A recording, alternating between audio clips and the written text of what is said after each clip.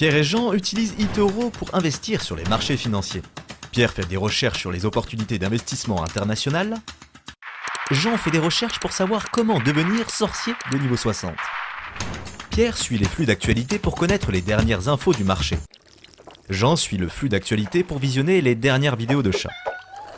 Pierre dispose d'une liste de favoris pour les investissements prometteurs.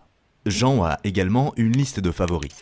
Alors comment se fait-il que Jean soit aussi bon investisseur que Pierre? C'est parce que Jean utilise la fonction CopyTrader d'eToro pour reproduire automatiquement l'activité de trading de Pierre. À chaque fois que Pierre accomplit un trade, Jean en a fait autant. Yes! Trader comme Pierre avec eToro, le leader mondial des plateformes de trading social.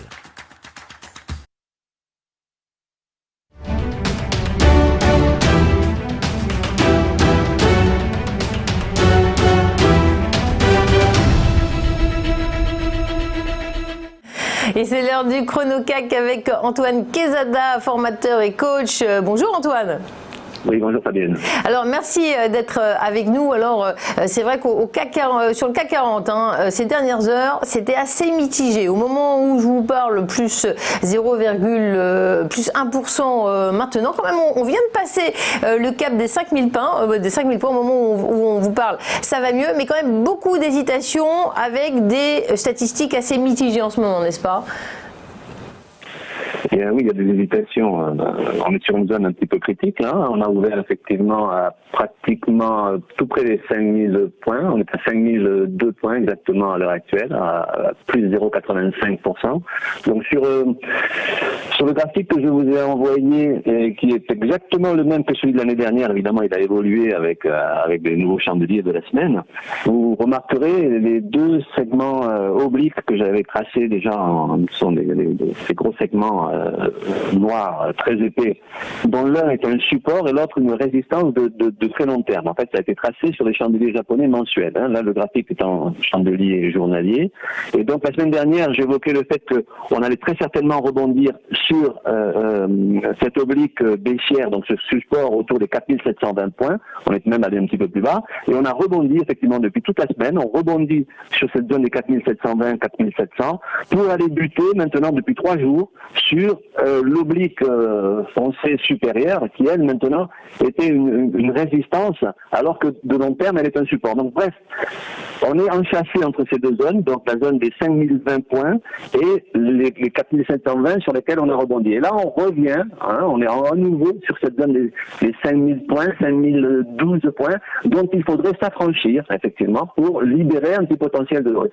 Alors, si on regardait, enfin, pour les spécialistes de l'analyse technique, si on regardait un graphique en chandelier japonais horaire, je surveille déjà ça depuis plusieurs jours, nous avons une figure haussière qui s'appelle donc un double sommet inversé, dont la ligne de coup passe sur les 4941 points, et dans l'objectif, si on vise 50% de ce potentiel, l'objectif est à 5067 points. Et pour les 50%, l'objectif final serait les 5192. Donc aujourd'hui, pour l'intraday, je dirais, on a ouvert donc en positif, on est toujours en butée de cette zone des 5020 points, qui est un petit peu compliqué à franchir, mais qui pourrait l'être dans la journée. Comme vous l'avez dit, c'est la séance des 4 sorcières, donc il risque d'y avoir pas mal de volatilité et de remous. Alors si on s'enfranchisse de cette zone des 5020 sur laquelle on ira très probablement sur 50% d'objectifs, donc sur les ratios Fibonacci de l'objectif de cette figure en petit double creux, on irait certainement sur les 5067 points. Donc pour aujourd'hui, effectivement, surveiller cette zone des 5020 points. Si on la casse, et ce qui est probable d'ailleurs, on ira très certainement sur les 5067. À défaut, il faudra surveiller la zone de la ligne de coup, donc de ce double sommet inversé dont je parle à l'instant, qui passe sur les 4941, qui devrait servir de support.